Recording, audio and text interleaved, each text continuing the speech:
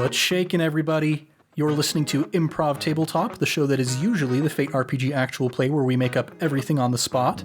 I'm Ned Wilcock, your host and GM, and today I'm joined by... Thomas Brower, finally a firebender. Evan Peterson, definitely a different character. Christian Randall, also a firebender. We have a trio of firebenders, which I am very excited for, because this is our Avatar Roku era one-shot, giving the Fire Nation some love. Before they went on a murdering rampage. Yeah, we're going to see a little bit of what things were like before that whole 100-Year War thing started. You know, back before it was like super obvious that Fire Lord Sozin was a horrible guy.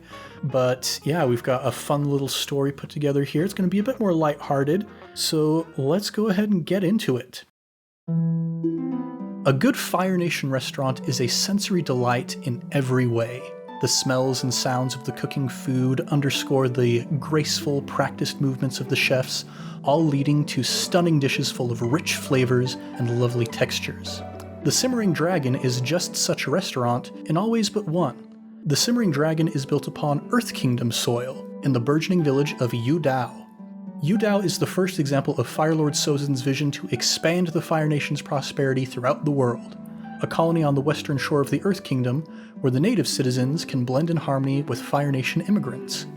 Now, worldwide opinions are split as to whether creating these colonies is a good idea or not.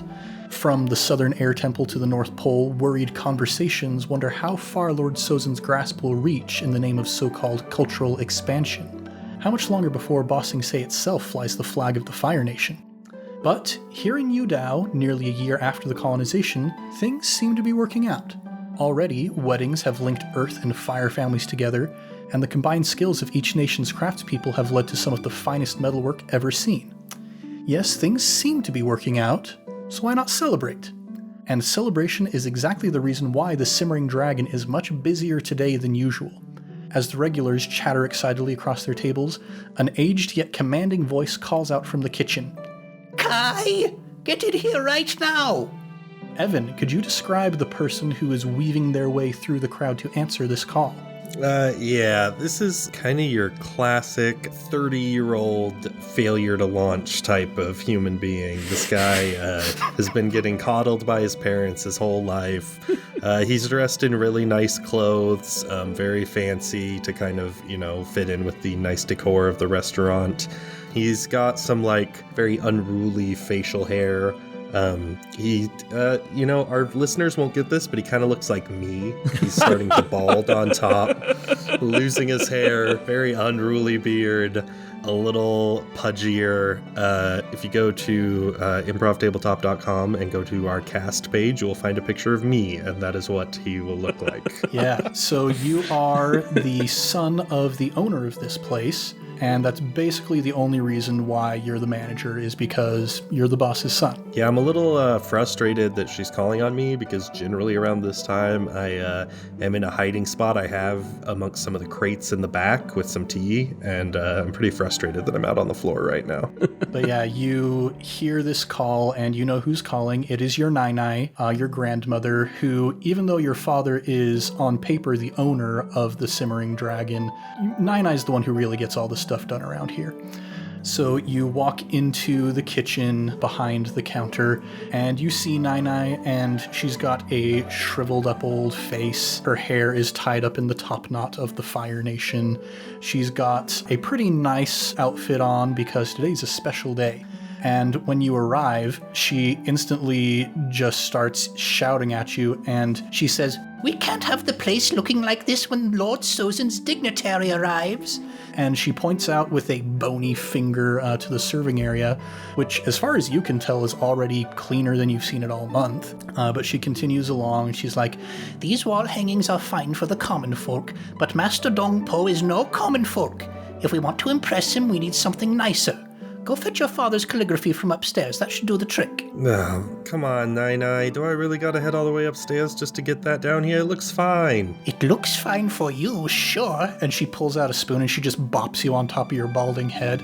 And she says, But anybody who looks at your beard can tell that you are not quite as dignified as Master Dong Po, the finest poet, the finest gastronome, the greatest cultural mind in the entire Fire Nation is coming here to try our food on behalf of Fire Lord Sozin, and we can't have it looking like a pigsty. All right. I'm rubbing my head. I'll go get the calligraphy. Just put that thing away. She takes the spoon and she stows it in her sleeve.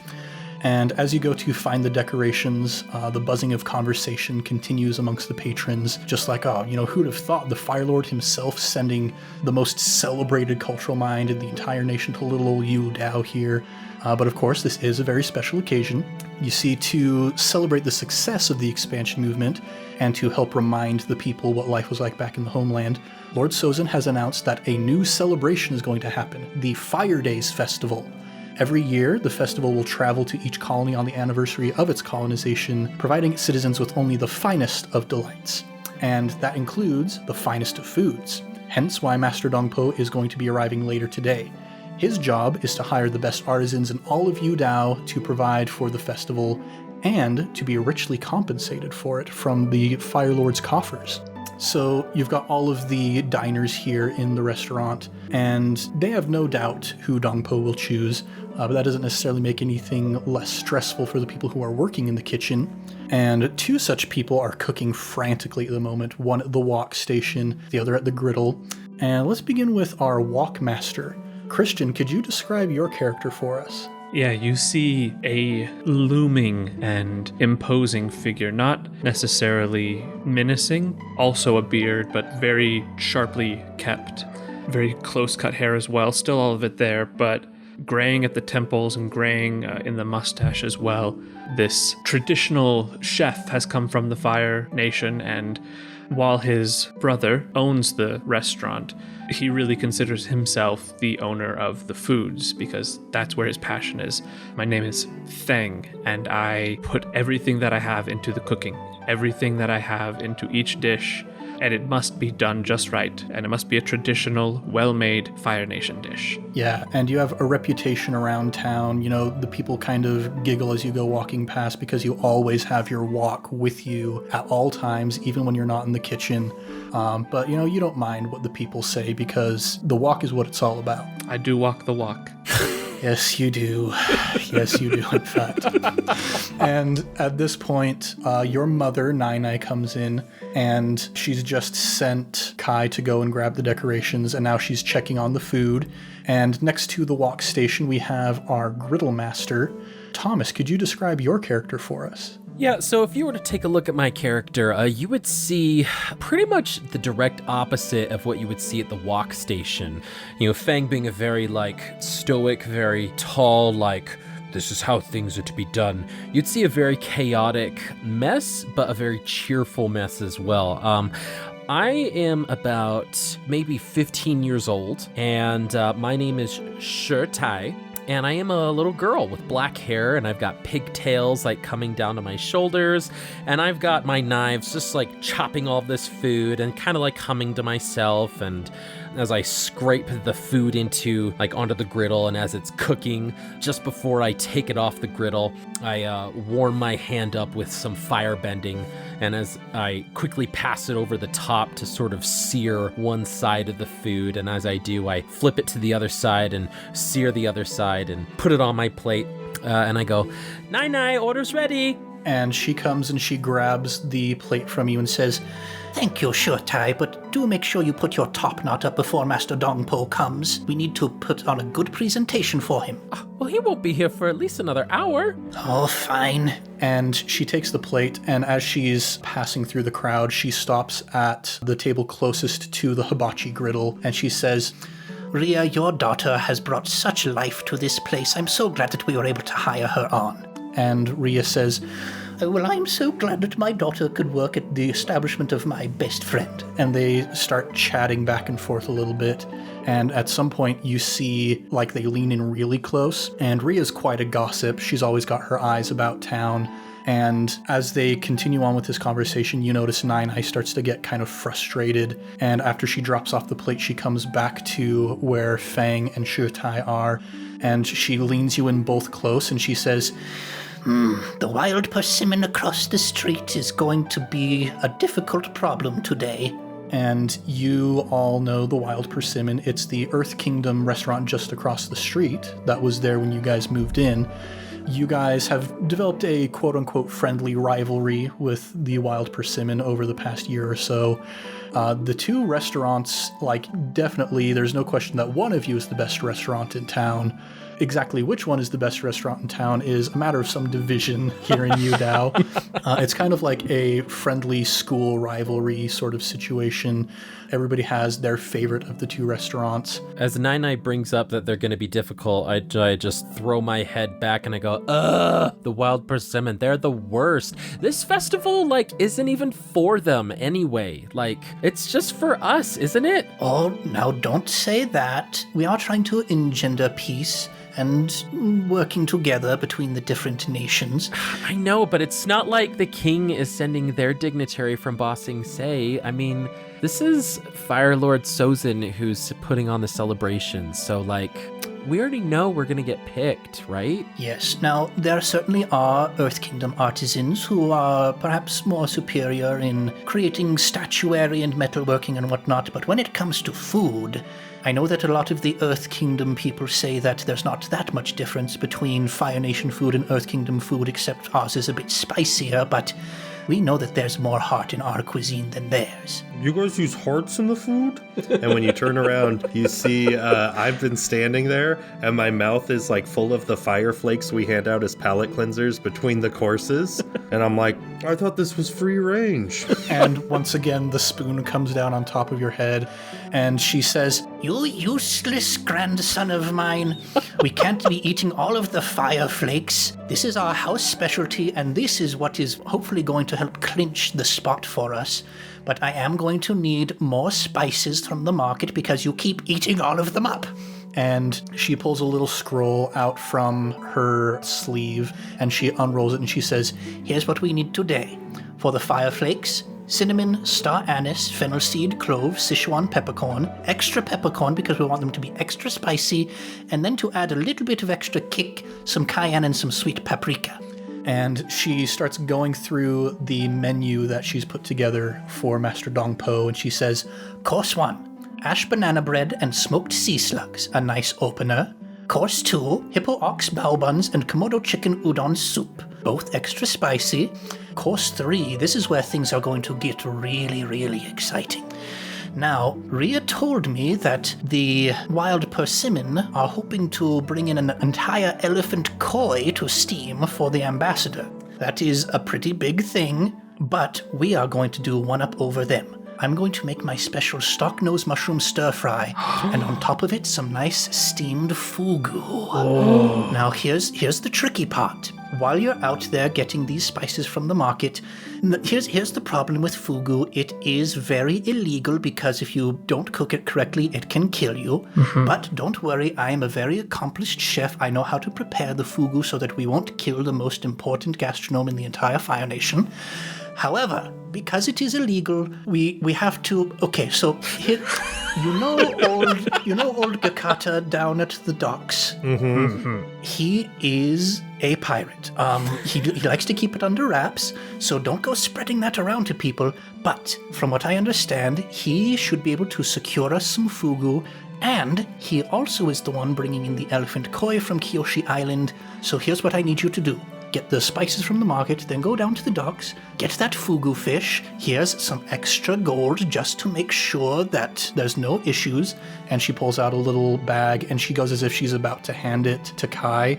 And then she turns to Fang and hands it to you instead. Yeah, even as she's handing, I'm going to kind of just reach out and make sure it goes into my hand instead. And she leans in even closer and she says, And while you're getting the fugu, maybe you just buy that elephant koi as well, just to make sure that the Wild Persimmon doesn't get it. Ah. Come on, I'm not sure I want to be doing anything illegal. Don't you think this is going to be enough? And I lean over and I grab the container of fire flakes, and as I lift it, I realize it's empty.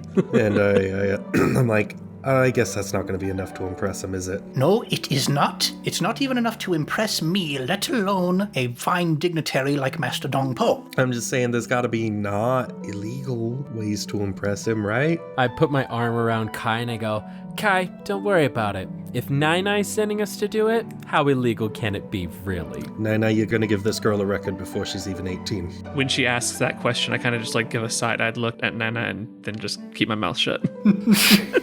But Nai grabs another bag with some more coins just to cover the expenses of the elephant koi and hands it towards you.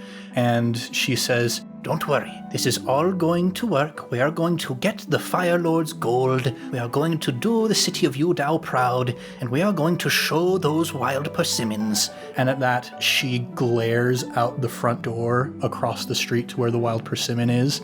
And you can see it's got its regular flock of people going in, and they're also very busy, preparing to try and show Master Dongpo that they're the superior restaurant. And as she's glaring, you can see the owner of the wild persimmon glares back at exactly the same moment. And there's this moment of intense, like all the way from across the street, you can feel the sparks flying back and forth between them. And she says, "We're going to show K-Ren that we are the best." With that look, are you sure that one's not a firebender? She's got the feistiness for it, but I've got more feistiness, gosh dang it. No argument here, Mama. Come on, boy, girl. We're going to the market. And with that, I suck the heat out of my griddle and just sort of like dissipate it in the air. And I go, all right, let's go, Kai. And I just sort of skip off in the direction of the harbor. And I grab my wok and quickly grab her nape and say, market first. Oh, yeah, of course. I skip towards the market. On the way out, I swipe another piece of fruit from one of the prep tables. And as you're heading out, Nai is closing up the place early, and all of the patrons are milling about, and they're like, "Don't worry, Nai, we're sure that you're going to get this job." And she's like, yes, of course, thank you. And as she's shooing out the last of the patrons, she notices Kai eating the fruit, bops him on the hand with the spoon, and slams the doors shut as she goes to begin preparing the meal for the dignitary.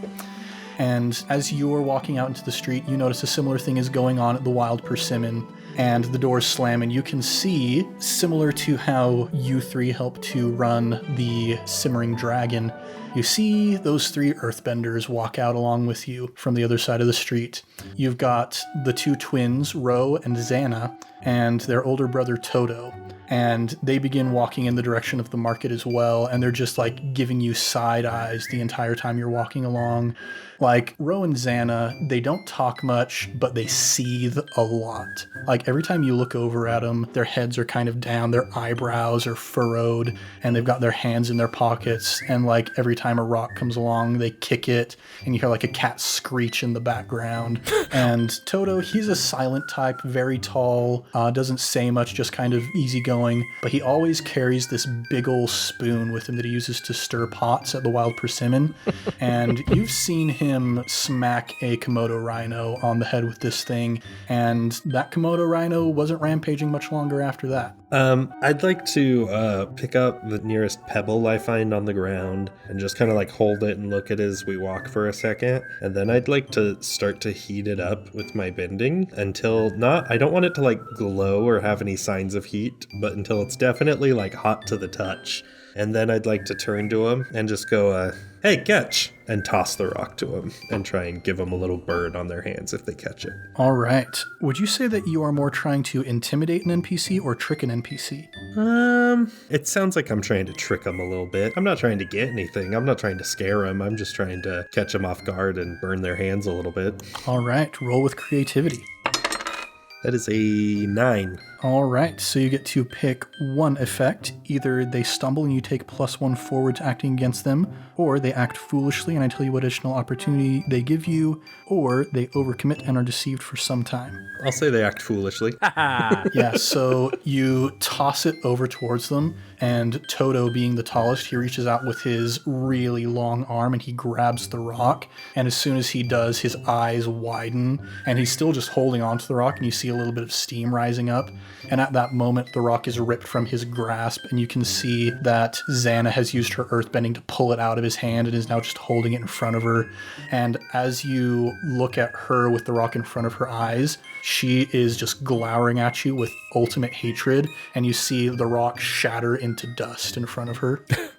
At that, I just laugh and go, Xana, you're hilarious.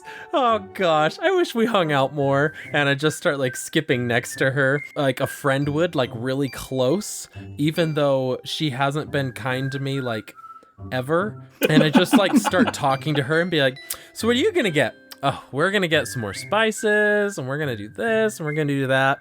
It's just a shame that you're not gonna win today. I mean, it's just a shame that we're gonna be the one that Fire Lord Sozin picks. But you know what? You did a lot of great things for the Earth Kingdom too, for the Earth benders of this town. I mean, they've got to get their food from somewhere, right? Roll to push your luck. Yep. Yeah, when you push your luck in a risky situation, yep. Ooh, that's a 12.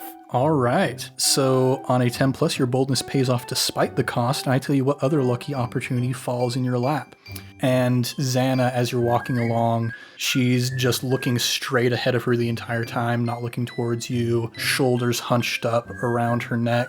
And she's like, you know, Fire Nation citizens are able to come to the Wild Persimmon too. Oh, no, I definitely know that. And I know some do, but I just don't think, like, your food agrees with us, you know? It's just too different, you know? She sinks her head a little bit further into her shrug, and she says, well, just you wait until our elephant koi recipe knocks the socks off of that dignitary.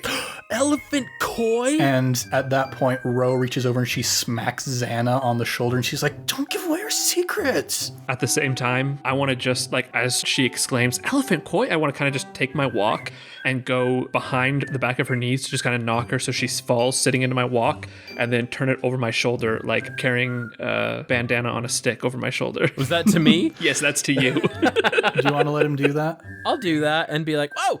But Fang, you know, he's just kind of like the older brother I never had, so why not? I mean, like really old though, like a really old brother. Like he might as well be my dad, older brother. What'd you say the older twin's name was again?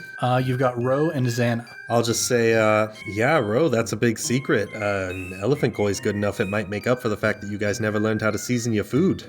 Man, Trash talk! man, I'll say roll to intimidate this time around. Fang is just over there, like, sweating, like, don't start this, don't start this, don't start this. Look, I may not want to do the work, but it's still my family's restaurant. That is going to be another 9. Ooh. So that means that one of these effects is going to happen, and I get to choose which one. Either they run to escape or get back up, they back down but keep watch, they give in with a few stipulations, or they attack you but off balance, and I mark a condition on them. They are going to run to escape or get back up. So Ro and Xana at this point are just like seething, and you can see every time they take a step, the ground starts to crack a little bit with each fall. And before they can get too into it, Toto reaches down and he puts a hand on each of their shoulders and says, now girls, let's not worry about these guys. Let's head over to the granary. And he looks over at you guys with his lids kind of down in a skeptical sort of fashion, but he begins leading his sisters off, and they continue creating this little crevice in the ground behind them as they go. Okay, bye, Xana. We'll hang out later. Fang just has, like, the one hand is holding the walk over his shoulder, holding this small little chaotic child in the walk, and the other is just covering his brow, just shaking his head. Now listen here, you two. This is not the kind of trouble that Mama wants right now. We have a big day coming up, and we need to try to make sure that our sabotage is not necessarily known before it happens.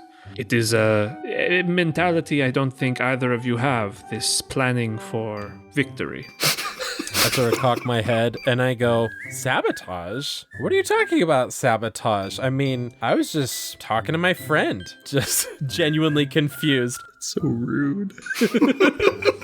But despite the rudeness, that's just what brothers say, but like really old brothers. That's what they say. Just kind of like take the walk down and pour you out onto the ground so you can keep walking. And as I tumble forward, I like strike a pose as I stand up, and then I just start like skipping and meandering along. And so eventually you guys make it to the market proper. And Fang and Kai, as you guys are kind of walking a little bit behind Shutai as she's skipping along, you start thinking back to, so like the reason that the owner wasn't there, that being Kai, your father, Fang, your brother, he had to go out and meet Master Dongpo early. And before he left, he was like, all right, I trust both of you implicitly. Now, I know that Nai can get a little bit overzealous sometimes, but I want to make sure that we are getting this job out of the merits of our own cooking.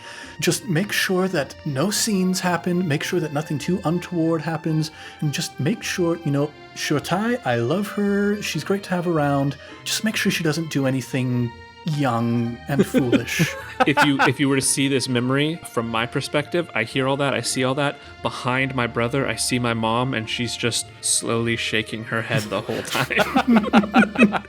Yeah, your brother, he has a good mind for business, but like you said, maybe not the mindset of conquering and succeeding. If you were to see my perspective of this memory, you would only get half the audio, and the visual would be focused on the wok full of sweet and sour Komodo chicken being tossed up in the air in the background. And if you were to see my perspective of this memory, I'd be going through the latest scrolls, going through teen fashion and like the section called No He Didn't. And as you arrive in the market, that's the first thing that you see, Shutai, is the scroll stand that has all of the latest gossip and all of the hottest news from back home on the Fire Nation. Oh my gosh, oh my gosh, oh my gosh, oh my gosh, oh my gosh. And I just run on over there and completely forget the assignment. I, Ned, would like to find someone just a little bit younger than her. Maybe just shopping, who seems a little bored, maybe playing. I'm looking for like a 10 to 12-year-old kid. Are there any kind of around? All right, yeah, you're looking around and you notice that there are a couple young boys who have sat themselves down in just the middle of the street. People are walking around and they're all super annoyed, but they've got a pie show board set up in front of them and they're placing tiles down back and forth, and they appear to be very, very focused on the task at hand. I'd like to walk up to one of these pie show boards and be like, hey, any of you want to make, reach into my pocket, 5 silver? And the boys turn up to you, and simultaneously from under their bowl haircuts, they push their glasses up their noses. And one of them says, well, what do you got in mind? Here, and I hand him the spice list, and I say, go around, get these, I'll give you 2 silver now, 3 when you come back with the spices. Of course, that sounds great to me. And they both get up and they just abandon their pie show game where it is. And the other boy turns to the boy that you gave the list to and he's like, this is a wonderful economic opportunity for us. And they just go rushing off into the market. And I go, you're very welcome. And I immediately find a place off to the side to lay down and just kind of like put my arms behind my head and enjoy the sunlight. And Fang, being the only responsible person in this group, what would you like to do? Well, first thing I do is I watch the child run off towards the tabloids, and I watch the incompetent walk off to have someone else do his job. And I just kind of shake my head, and I do that twirly thing you do with walks. If you have a walk, you know the twirly thing where you just have to twirl it because it feels so good in your hand. Just walk things. I mean, you got to walk the walk. Walk the walk, talk the talk. Oh my gosh. And having been sent on many of these excursions, I will go ahead and just attempt to buy all the spices myself that I know are on the list because I've done this so many times. I know what she needs, and I remember. You don't trust this child to get our spices for us? I think there's a very good chance that someone who is having a very good economic opportunity may not be looking for the best quality ingredients for a competition. And at the same time, you hear me go, what? Dai Cho totally cheated on Vao Shay. Gosh dang it. Oh man, those Ember Island players and all of their crazy stuff they get up to. I'll say, Fang, go ahead and roll to rely on your skills and training to see how good the spices are this fine morning. Absolutely. I'm like holding up each distinct star anise, making sure it's well formed. I'm sniffing it, giving a little squeeze, see if I can get some odor out. Mm-hmm. With the hammer, when I rely on my skills and training, it says I can roll with passion. Ooh. So I will be doing that, as cooking is my passion. That is going to be a 10. 10, very nice. So that means that you do it with no consequences. And you eventually get to like, okay, you pick up the cinnamon, you pick up the star anise, etc., and eventually you get to the Sichuan peppercorns. And you notice there's these two little boys there looking at the peppercorns, and they're like, I don't know the difference between the black ones and the white ones and the pink ones. and you just like shove them aside, and you make sure to grab the right ones, the pink ones, the Sichuan peppercorns. And you have collected all of the stuff, and you go to round up your layabout nephew and this little girl who you are more of a babysitter to than an older brother, realistically.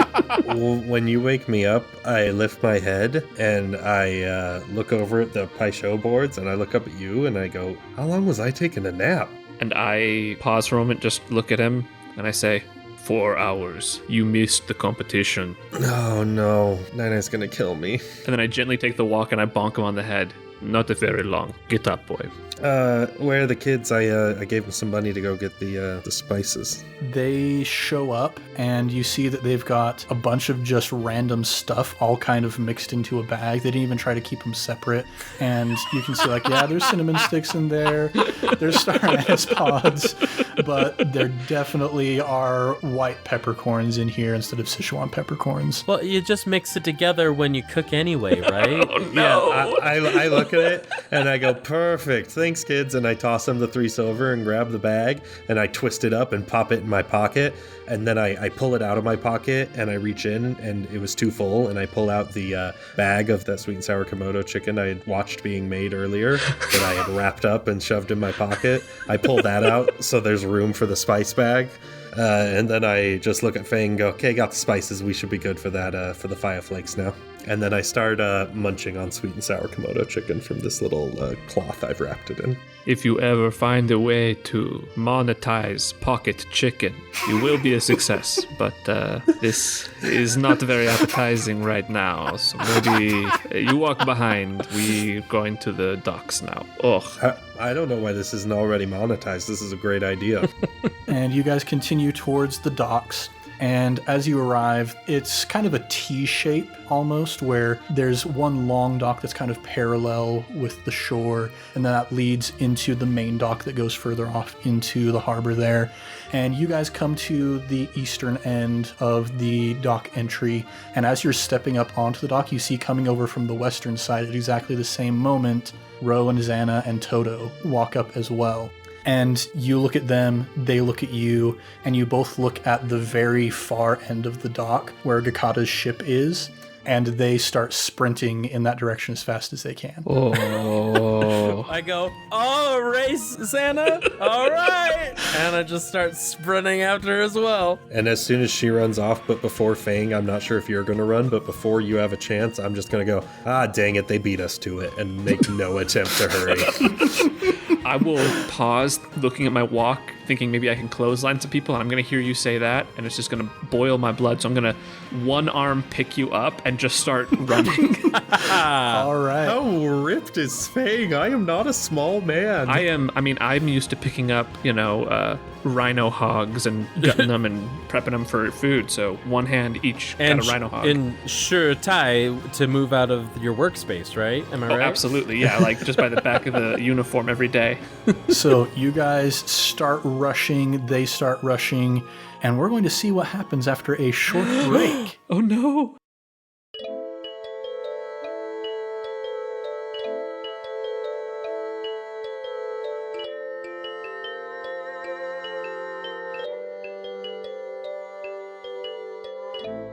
Hey there, Ned here. Hope you're enjoying today's episode. Avatar Roku's Era is an interesting one to try and tell stories in because we know just so little about it compared to all the other Avatar's eras, but I'm pretty happy with the story that we ended up with. I feel like it's a good way to tie it in with the broader canon of the Avatar universe.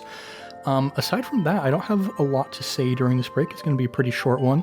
So I just want to give you a programming reminder that next month in December, we'll be releasing our Avatar Aang Era one-shot.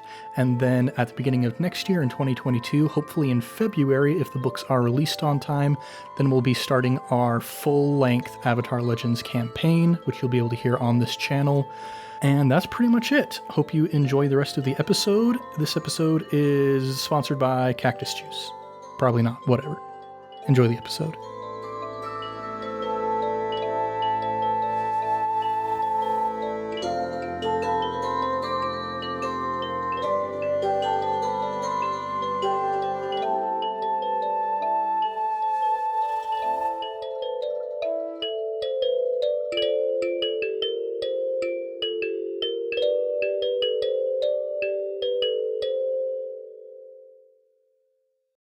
Now, getting back into the action, I know you guys aren't per se like trying to harm each other, but I want to see how we can use these combat approaches to simulate a chase. Ooh. So, we're going to get into an exchange here, and we're going to start by figuring out who's going to choose which approach. So, would anybody like to defend and maneuver? Me. All right, would anybody like to advance and attack? No, thank you. And would anybody like to evade and observe? Yep. Evade and observe. All right. So we're going to start with the defend and maneuver round. So Shotai, go ahead and roll with focus. I got a 4. Ow, yeah. So that is a full failure. So yeah, you start running and you just get so caught up in this idea of, oh my gosh, my friend is finally doing a race with me. And I try to do like a cool new firebending like maneuver I see professional racers do, where I like try to jut my hands out behind me to give me an extra boost. And I'm like, trying to shoot fire out of my fists to give me like an accelerated boost, and yeah, it just is slowing me down. So at that moment, Xana is also defending and maneuvering, and what she's going to do is seize a position, and she's going to try and get a bit of a head start on you guys by leaping across. So instead of waiting to get all the way to the corner of the dock to start heading out to the harbor, she's just going to try and leap across. Like she summons a couple of rocks down from the lake bed, and she steps on top of them and is going to shoot herself over that gap so she can get a head start on the main stretch of the dock. Ah, that is clever. Yeah. Can I actually change? Because it has been a while since I played this, and I'm remembering that I can do certain things. Yeah, so which one would you like to do then? I'd like to advance and attack. All right. So we're going to move to the advance and attack round now, where we have Ro and Fang. So Fang, go ahead and roll with passion. That is 12. Whoa. Ooh, very nice. So you get to choose 2 advance and attack techniques. Guys, we roll really well when we play this game. Not me. I would like to smash. So I'm going to mark 1 fatigue to take my walk and with one hand blast fire into the cooking side so that the bottom heats up, and backhand swing at one of the crates so it'll explode and hopefully some of the wood will catch a little bit on fire behind me to create sort of a hindrance to the people behind us. All right. So you're rushing forward with a smash. That is also what Ro is doing. So you on opposite sides of the dock from each other, you smash this one crate. She reaches into another crate with her earthbending and grabs a bunch of statues, and she starts to like line them up in front of you guys to form like a barrier. And you, as you smash the other one, you look at the label on it and you see that this crate is full of fireworks. And at that point, rockets start like shooting across the dock, and they're like smashing into the statues and exploding, and there's these big flaming bursts of chemicals burning in the air. So with that, she is going to inflict the status of impaired to you guys on your side of the dock. And what status are you going to inflict on them? I would like to also do impaired. All right. So aside from Xana, who already leaped further ahead, anybody who wants to try and get past these statues or these flying rockets is going to have to either mark 1 fatigue or take a -2 to all physical actions. Ooh. So that concludes the advance and attack. And that brings us to evade and observe with Kai and Toto. So go ahead and clear 1 fatigue and roll with creativity or harmony. I like how this game allows me to flavor-wise be useless, but mechanically still do stuff. So I rolled a 7. All right, so you get to choose 1 evade and observe technique. Yeah, so if I were to describe what I'm partially doing here, I Googled the definition, and one of the definitions of evade is avoid. So I am avoiding this fight and watching what's happening. And as I finish up the last of my sweet and sour Komodo chicken, I'm going to look out at Fang and see him smash this crate and just Well, go, you are under his arm at the moment. oh gosh, you're still carrying me? I mean, I got you here, but yeah. Oh gosh, that changes so much. So from his arm, I'm still eating the chicken then. And I look up as he smashes the crate, and I'm just gonna go, yeah, Fang, you can do it. And I'm gonna bolster or hinder him. I feel so bolstered. Yeah, Fang, you got it. And this swell of inspiration, Fang, is going to give you the prepared status so that you can clear it to give +2 to a roll or to avoid marking a condition. You always have to be prepared with Kai. And I guess I'm just gonna stay held. All right. So Toto is also using bolster or hinder. And what's happening now is Ro is continuing to rush, and she sees that there is now this big jet of fireworks in front of her, but she looks towards Toto and they both nod at each other, and he pulls out his spoon and levels it onto the pier, and she steps into the bowl of the spoon, and he tosses her up over the streaking fireworks. Catapult! And he's going to give her the favored status so that during the next exchange, she can choose an additional technique to use. Catapult, Fang, throw me. I think I will. Well, it is time for our next exchange.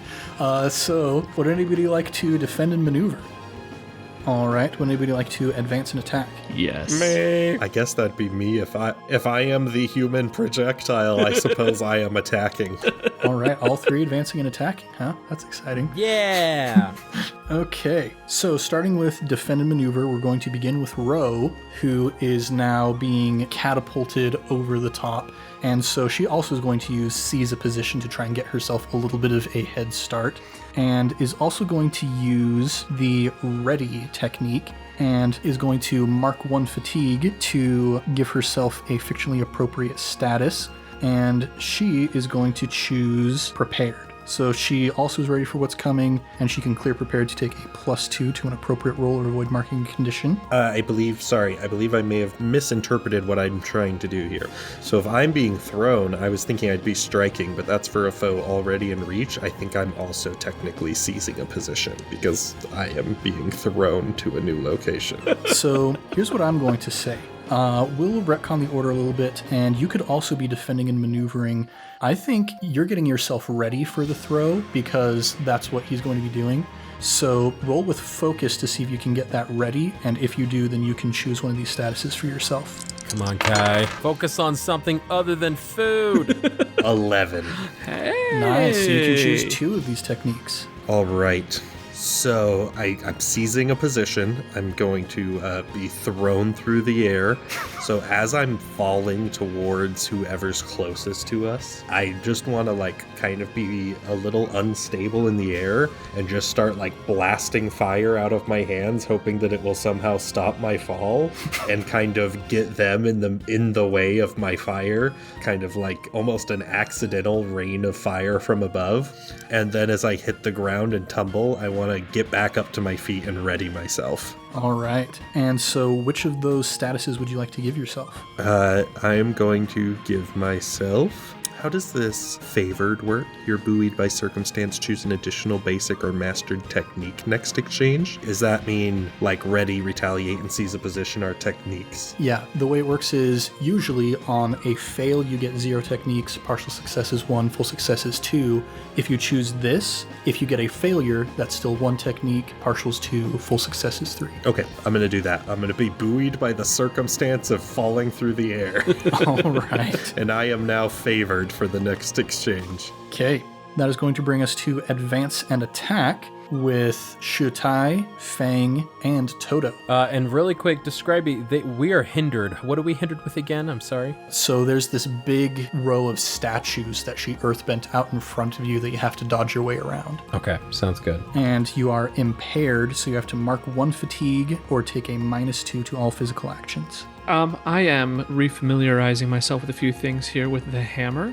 I did choose the wild persimmon as my adversary, so I get some boosts against them. So I better remember that this time. Nice. That's perfect. That is a 13. Ooh, yeah, so you get 2 of these techniques. I would like to use my special fighting technique, Overwhelm. I mark 3 fatigue, and I would like to use this. When he says, throw me, I kind of just turn him so he's in the bowl of my walk a little bit. I mean, he's a full-grown man, so he doesn't fit as well as the small child I had in there earlier. But Using firebending, as I draw back, I'm going to start heating up my firebending, and then as I throw him, I'm going to kind of rocket out of the back of the walk to give it just rocket speed to catapult him past everything. So I'm going to overwhelm. I can mark up to 3 fatigue or conditions in any combination to force your opponents to mark the same number of conditions. So I'm marking 3 fatigue, and I want to just launch him so that when he falls, it'll mark 3 fatigue on whoever he falls on. From my crazy hand fires. Yes. I'm picturing the first half of this, I'm actually like in a very graceful swan dive form, and then right as I reach the peak, legs start kicking, arms start swinging, and as I approach the dock, fire is just flying out of my hands in these crazy flamethrowers. All right. And what would you like your second technique to be? I would like to skid to a halt, and I look up, and I want to... Using my moves, is that something that I can do during combat? Which move are you looking at? Stand and fight. I'd like to provoke an NPC opponent to attack me. Yeah, I don't know if this is technically allowed, but I like it, so I'm going to allow it. All right, I'm going to go ahead and it's Toto behind me, correct? Yeah. So I'm going to look up and classic firebender. I'm going to snort out my nose so a little bit of smoke goes... And I'm going to try and get him to come after me and leave the other two to run ahead and, hopefully not mess up. We shall see. So I roll with passion. That is a 9. So that means that you don't get the additional bonus of clearing a condition or becoming prepared, but you have guaranteed that he is coming for you specifically. Ooh, I have 1 fatigue left. Oh boy. We'll see what happens. But yeah, just to real quick kind of resolve what's happening with Kai as he's just sort of windmilling through the air. It's kind of like in the first Iron Man movie where he's trying to figure out how to use the propulsion system and he's like burning his cars and all this stuff. So you're like flying over more crates and you're lighting off more fireworks in your wake. And eventually you just kind of like head over heels slam right into Ro, and you both kind of land in a pile, and she's just moaning as you pick yourself back up and get yourself ready to keep going. But still part of the advance and attack. We're going to go to Toto next because he has been provoked. I'm sorry, just to clarify mechanically, did Ro just get removed from combat, or is Ro still going to be ready to go? She has taken 3 fatigue, but she still has some conditions left, so she's not out yet. Okay. So Toto, he's just going to strike. He takes that big old wooden spoon and he's going to try and just bop you right on the head, much like your mother often does, but with a bit more force this time. So he is going to let you choose whether you want to mark 2 fatigue, a condition, or shift your balance. I will shift my balance away from care and towards force. All right. This is a moment to not be as delicate. This is turning into an actual intense situation. You, at the last moment, you swing up your walk and you deflect the spoon before it bops you on top of the head as bowl of spoon connects with bowl of pan, and you look each other in the eyes. And then I say, why don't we walk about this? Then you get shot immediately. He rolls his eyes as he rears back his spoon. Worth it. But Shutai, roll with passion to see how many of these techniques you get. Oh, I got a 7. All right, so you get 1 advanced attack technique. Absolutely. So I'm going to... Honestly, I'm kind of like oblivious to everything around me, so I'm going to do the pressure and try to impress a foe. Then who's around me again? I forget. So you, at this point, are still back with Fang and Toto. So I'm going to impress Toto. I'm going to start... This is really dumb. I go up and I go, did you know I could do this? And I just create fireballs in my hand and I just start juggling them right in front of him. This is so dumb.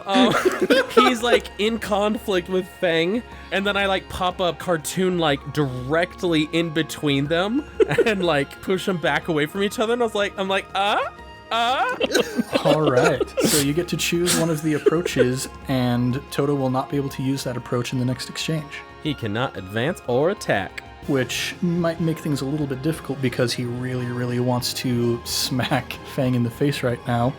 But that's going to be his problem. And we're going to finish out the exchange with Evade and Observe, and Zan is the only one who hasn't gone yet. And Xana looks down at Ro as she's just been flattened onto the pier as Kai rolled over her. And so she reaches down and she's going to bolster Ro, pick her up and be like, come on, we're so close, we can get this. And she's going to pick her back up and give her a little shove in the back to get her back up on her feet, and is going to give her Prepared. And that's going to bring us to the top of the next exchange. We essentially have two separate groups here, separated by fireworks and statues. So back on the side of the dock that's closest to the shore, we've got Shuotai, Toto, and Fang. Then on the stretch that's actually leading to the ship, we've got Kai and Ro and Xana. And so the three of you who are further ahead, you can see you're not very far from Gakata's ship at this point. Like, you could get there in one more good sprint, you figure. So, let's decide what we're going to do. Who would like to defend and maneuver? Me. All right. Who would like to advance and attack? I would. I'll also do that. All right. So, that's going to bring us to the defend and maneuver situation.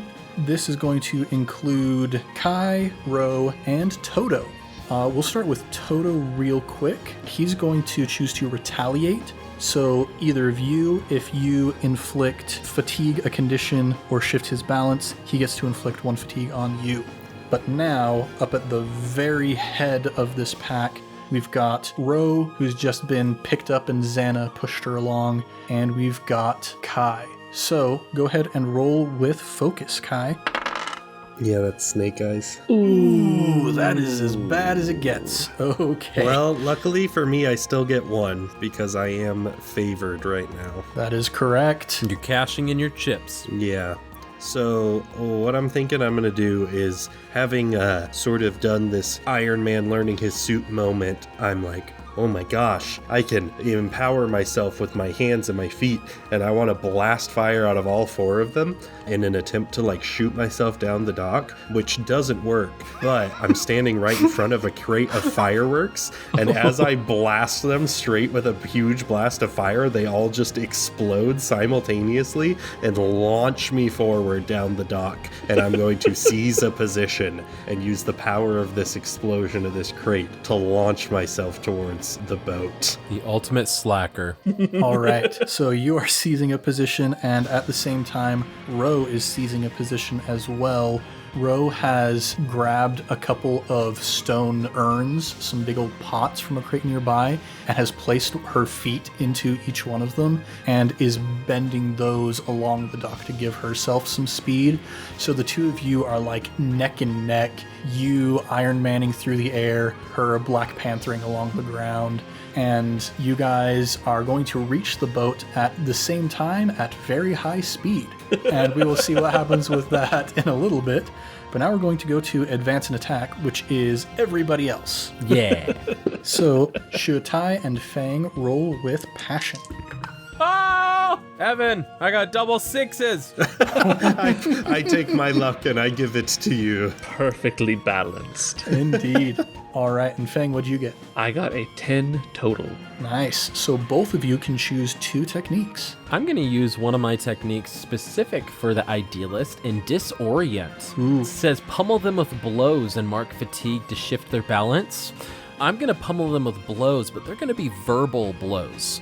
And I'm just going to be like jumping up and down. And I've tried distracting them, with my fire juggling. And so now I'm just going to keep bombarding them with questions and be like, Toto, what's your favorite recipe? What do you think about the latest gossip? What do you think about that? And just bombard them with one thing after another. And that's going to be my pummeling with blows. And I'm going to try and shift their balance with that.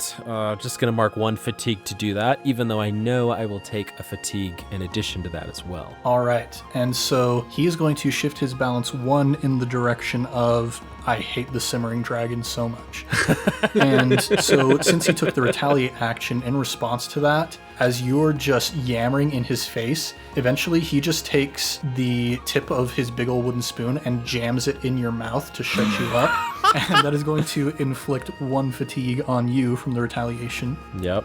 And for my second technique, I'd like to smash, because we still have those columns in between here and the ship, right? So I'd like to try and smash them. So with that spoon in my mouth, I kind of like look at him with an annoyed face, and I can go like, and I shove the spoon out of my mouth, and I just take the fire, and I breathe. And I get this teen angst rage, and the fireballs grow, and then they condense into one massive fireball, which I then just chuck at the stone and creates a perfect size hole that has gone through the pillars, no longer blocking our way to the ship. All right, so you successfully overcome that status and open up a way for you. Fang, what would you like to do? As soon as I see her get struck, my immediate response is to try and do bodily harm to Toto. This guy's gonna die. Well, it's, Avatar, so people don't actually die. Yeah. But basically, he's gonna die. But instead, I see how hardcore she is in her response. I'm like, you know what? This kid can handle herself. So instead, I look around at the burning / stone-ridden docks, where I'm assuming the taste tester will be coming eventually. Mm-hmm. And I think, this is not going to look good. So I am going to attempt to use... I'm also just like over here panting and breathing heavy because I'm on my last fatigue. So I am going to use pressure, and I'm going to try and intimidate Toto so that next time he won't be able to evade and observe. Because I'm going to try to throw him into a frenzy with what I do next. Okay. I'm going to mark my last fatigue. I'm going to try and smash. And I'm going to try and just, not using firebending, I'm going to just, after all those years of doing prep work early in the morning, doing dishes late at night, all that scrubbing and lifting, all my massive muscles, I'm going to just start picking up earthenware and stones from the dock and just start smashing the parts that are on fire so it looks like all the damage was done by earthbenders. Oh, interesting. Okay, so you're setting him up. What status would you like to inflict? I would like to inflict... He could feel trapped. I think I'd rather do stunned. He is so shocked, like, oh, why are you not using your firebending? Why are you using earth? And then once it clicks, he has that moment of, oh no, this is going to look really bad on us. Yeah, so Toto is going to be unable to act in this next exchange as he needs to take a few seconds to steady himself. And then that brings us to Xana, the final person. She's going to come rushing back towards you. She's leaving the chase up to Kai and Ro at this point.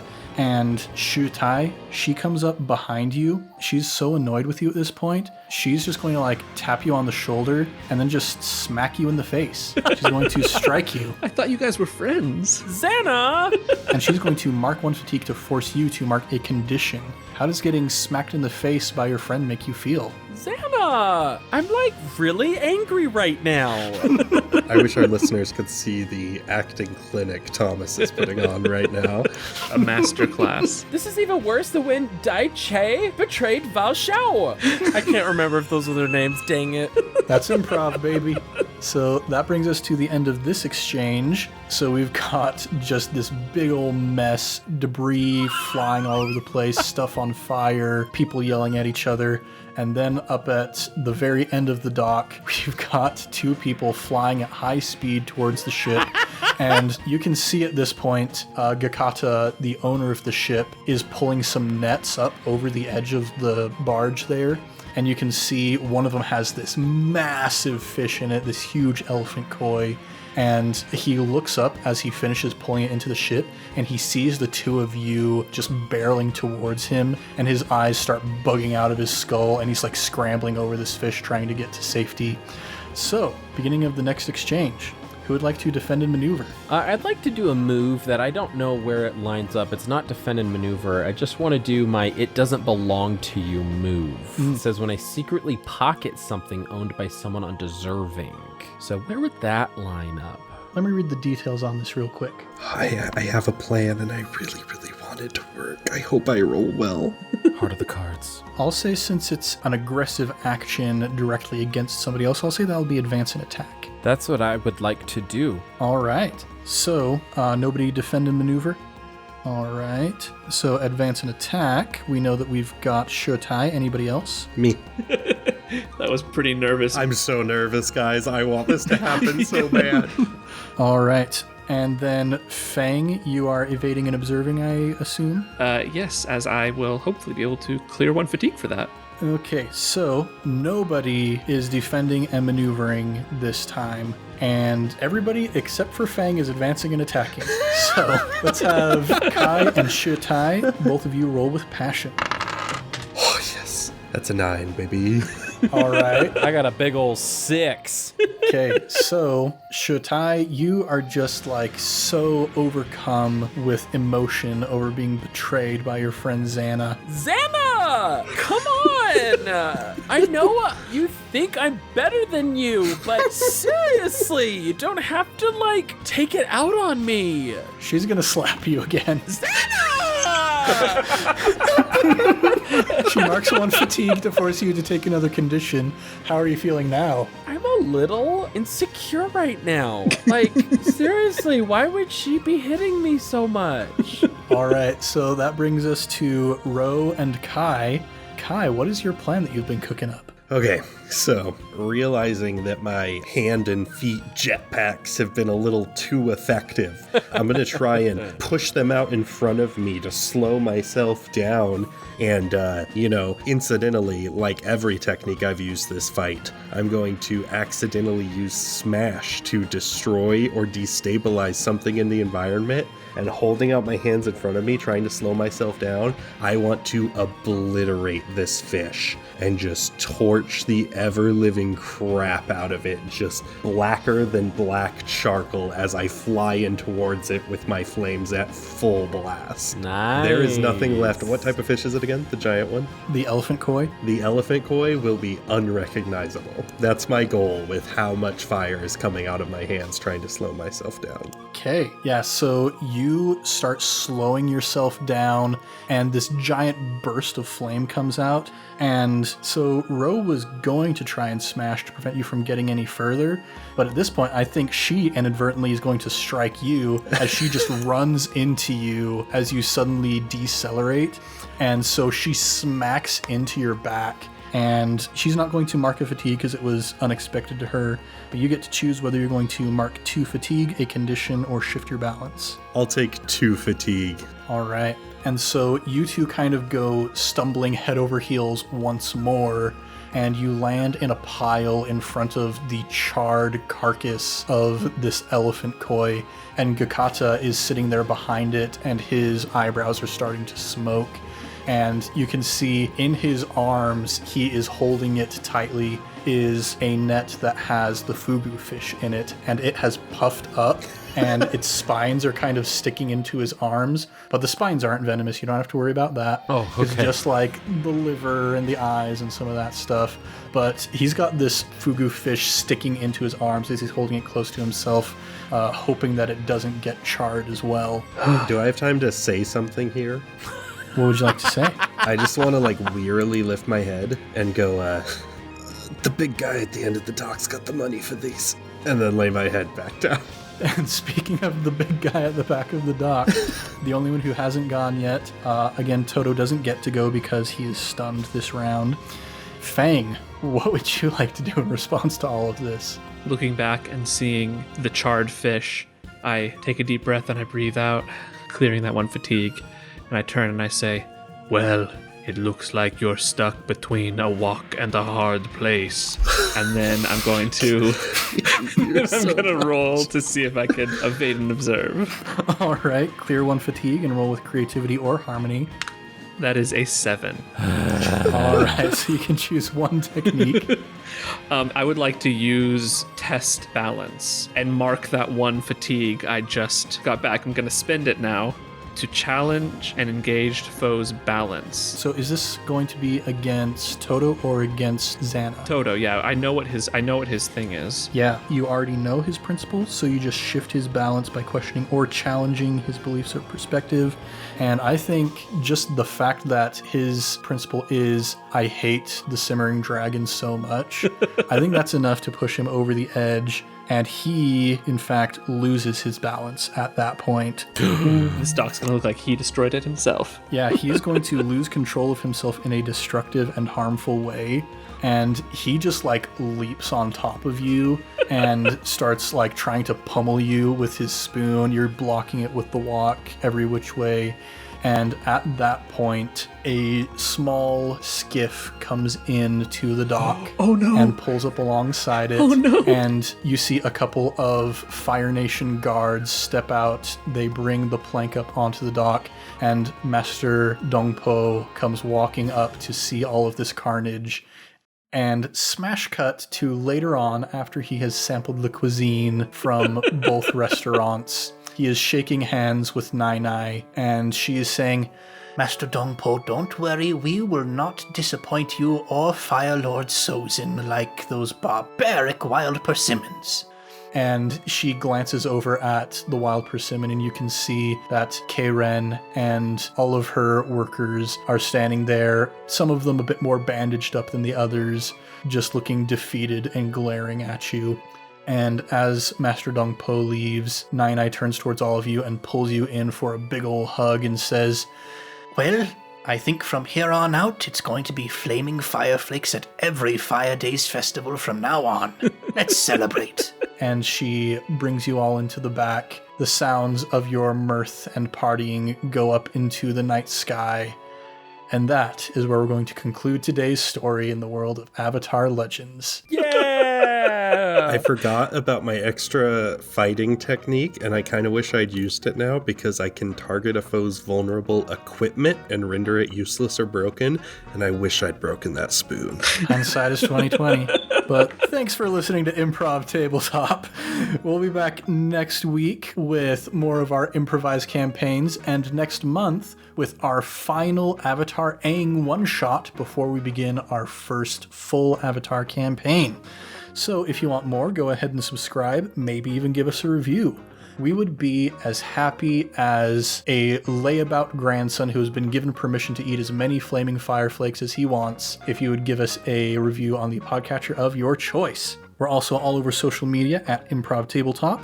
So if you'd like to reach out to us and maybe suggest for one of our improvised campaigns a setting for us to play in or aspect for one of our characters to use, you can tweet about us, you can comment on one of our posts using hashtag ImpTabSetting or hashtag ImpTabAspect. Let's do a round of plugs. What I would like to plug this time around is the Avatar comic books, which take place after the cartoon series. In particular, the comic book series The Promise, which gave us the village of Yu Dao. That is where it exists within the canon of the Avatar universe.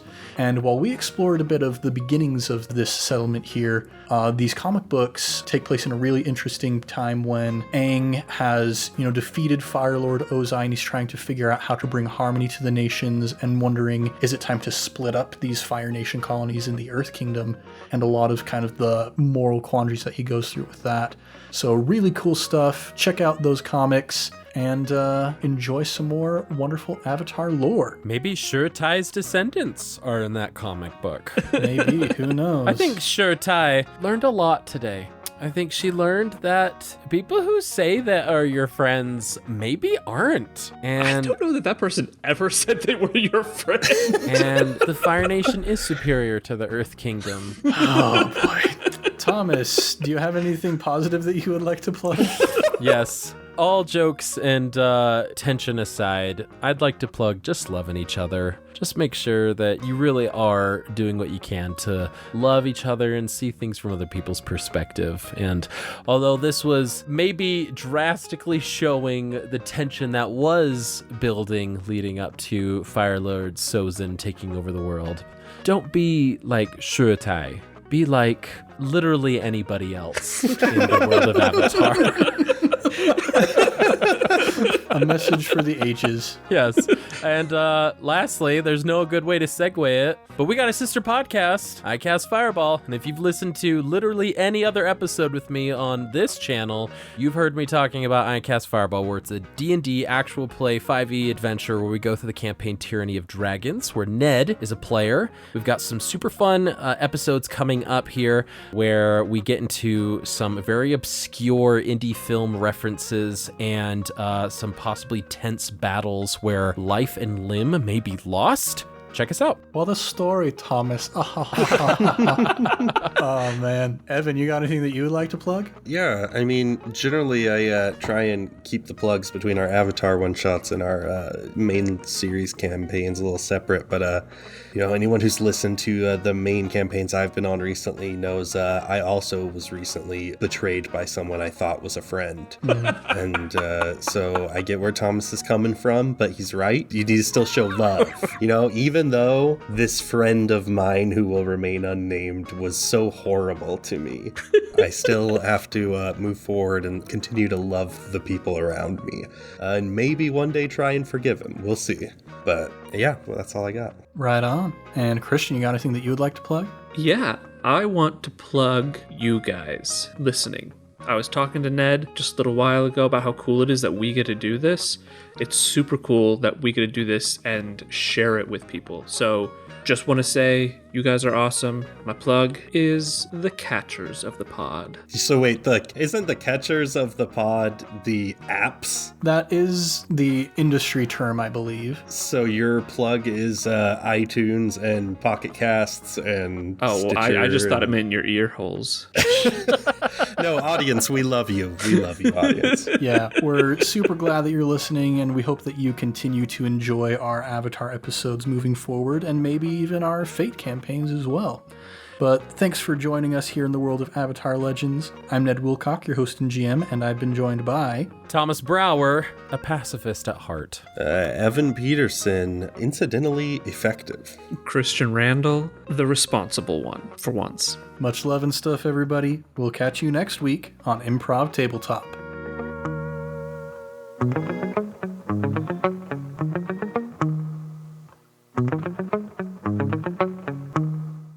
That's true, Thomas. This is a great D&D ASMR sound. D&D ASMR coming to Improv Tabletop this April Fools. Airbender, cactus juice. It'll quench you. The quenchiest. Also, Oh, no. Okay, that's getting cut out.